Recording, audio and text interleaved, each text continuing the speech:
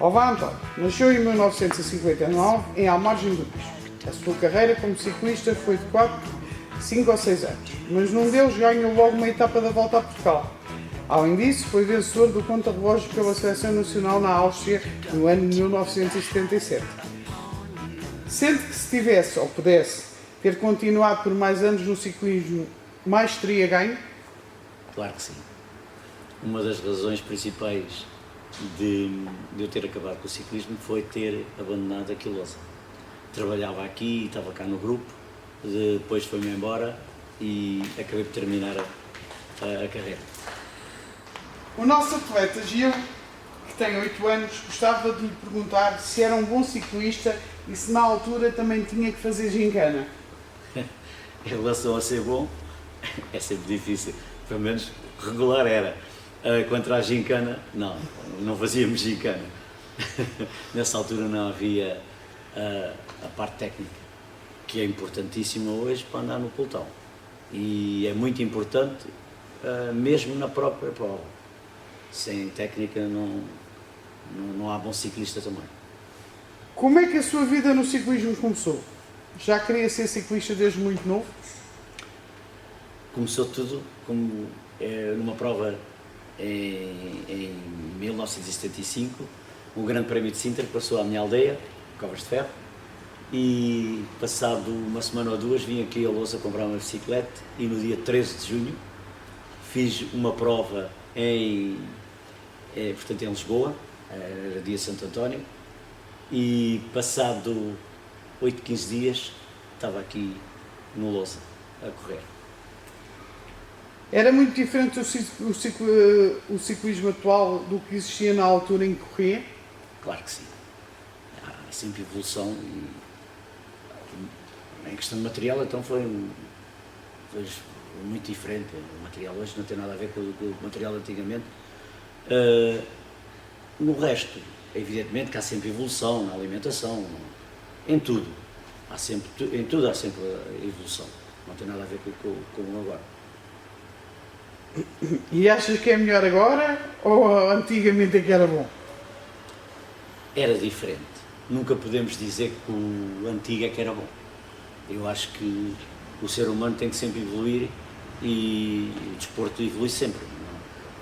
Que o ciclismo era um pouco diferente, era a maneira de correr também. Hoje corre-se em cadência, antigamente era mais força. Mas os treinos, eu aí já não posso concordar em relação às vezes em treinos, porque eu já tenho dito, eu apanhei bons treinadores e cheguei a treinar 2 treinos diários, portanto, mas evidentemente que há sempre evolução e que é muito diferente. Qual foi o momento mais desafiador da sua carreira e como o superou? Esta é uma pergunta que a Madalena, nossa júnior feminina, de 18 anos, lhe teria para fazer. A minha carreira foi curta, mas eu fui sempre evoluindo. Eu vim para a Lousa com 16 anos e depois subi sempre, fui sempre gradualmente subindo.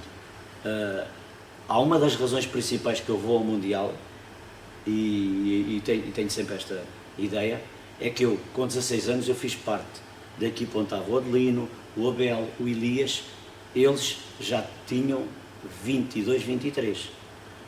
E Portugal tinha vindo o 25 de Abril, tinha entrado na UCI e eles obrigaram todas as pessoas com 18 anos a baixar de categoria. A gente tinha só populares e profissionais, havia uma diferença nos populares, e eles obrigaram a ter júniores, séniores B e os séniores A, que eram os profissionais da altura. E eu já tinha feito uma época toda com o Adelino e com o Brás, com o Palhagueiras, com o Cruz, com montes deles, e voltei para Júnior, voltei para trás. Mas ao voltar para trás também foi totalmente diferente, porque foi aí que eu ganhei o Prémio de Treinadores, foi o Campeonato do Mundo, ganhei montes de etapas, mesmo cá, ganhei os campeonatos regionais, os campeonatos nacionais de rampa, porque talvez fosse por isso, porque já tinha estado numa categoria acima e depois fui obrigado a baixar. Sentia algum nervosismo antes das provas? Claro que sim. Eu tinha, a minha especialidade praticamente era subia mais ou menos, e depois o contrarrelógio era o meu forte. Portanto, por isso é que eu ganhei a cronoescalada e ganhei, eu até sénior, até profissional, eu raramente perdi um contrarrelógio. E antes dos contrarrelógios havia sempre aquela tremideira, a ânsia de quando mais depressa começasse melhor. Isso é lógico, é normal. Tem algum truque ou dica que possa ajudar os atletas nesses momentos? Não é fácil. Eu também já tive a idade deles e nessa altura não era fácil, e agora também não é fácil aconselhar, porque isso está na genética de cada um, saberem ultrapassar essas coisas, essas situações. E durante a prova, o que é que lhe passava pela cabeça durante um percurso longo ou decisivo? Em que é que pensava? Não pensava em nada. Pensava principalmente estar bem colocado e depois saber bem onde havia ataques, onde poderia haver ataques, onde poderia haver a decisão, estar bem colocado e fazer parte dessa parte de quem chegar primeiro, ou coisa no género. Não havia assim grande... Quem o inspirou enquanto ciclista? Perguntou ao Vicente, o atleta sub-15. Naquela altura, para mim, os atletas que estavam no Lousa eram os principais. E que rivalidade ou parceria marcou o mais ao longo da carreira? Mas pessoal, a mim? Sim. Tive grandes, portanto, na parte, eu já não falo na parte profissional, que aí tive poucos anos, e agora quando fui júnior e sénior, o António Coelho, o Lima Fernandes, o Varandas, esses foram os rivais principais que eu tive na altura. Como é que o Lousa apareceu na sua vida? Olha, desde sempre, desde a nascença. Eu costumo dizer que eu fui aqui que nasci, fui aqui que cresci, e eu costumo dizer que Lousa foi a escola da vida e do desporto. Aqui no Lousa, a diretora desportiva costuma proibir os atletas de cair, porque estragam os equipamentos e eles estão muito caros. Mas é um pouco inevitável um ciclista cair, não é? Como é que se lida com isso? É assim, eu praticamente durante a carreira toda só tive uma queda. E tive uma queda em Lousa, incrível. Aqui em cima, ao pé da fonte, do fontanário que existe ali, tem uma tampa que eu nunca vou esquecer, uma tampa das águas.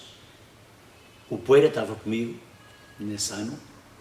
Programei toda a corrida, era uma chegada a Odivelas, para passar aqui fugido e ganhar a prova em Odivelas.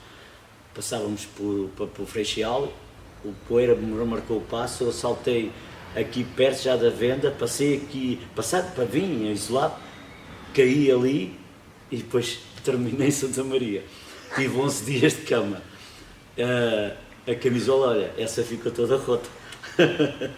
Mas foi a única que tive, e tirando a pele, não tive nada de ferimentos graves, nem de partir de perna, nem braços, nem nada disso. Isso era o mais importante. E foi a única que tive na carreira. Alguma vez pensou que o Lousa estaria vivo até os dias de hoje? Eu sempre pensei que o Lousa que continuaria vivo sempre. E ainda digo mais, eu tenho pena ele não ter os tempos áureos que teve na década de 80. Esse é que eu tenho pena. O Rafa, o cadete de segundo ano, pergunta: se pudesse reviver um único dia ou momento da sua vida de ciclista, qual seria? Eu tive tantos momentos bons. E aqui, eu representei mais 2 clubes fora daqui, mas como trabalhava aqui, vinha depois das provas vinha aqui. Passei momentos extraordinários aqui. O Café Central, na altura, a cidade ainda não via aqui assim, com esta grandeza. eram os momentos, era ali a escola. Toda a gente sabia um pouco de ciclismo. Portanto, vivi momentos extraordinários aqui. Que conselho daria a quem está a começar agora no ciclismo?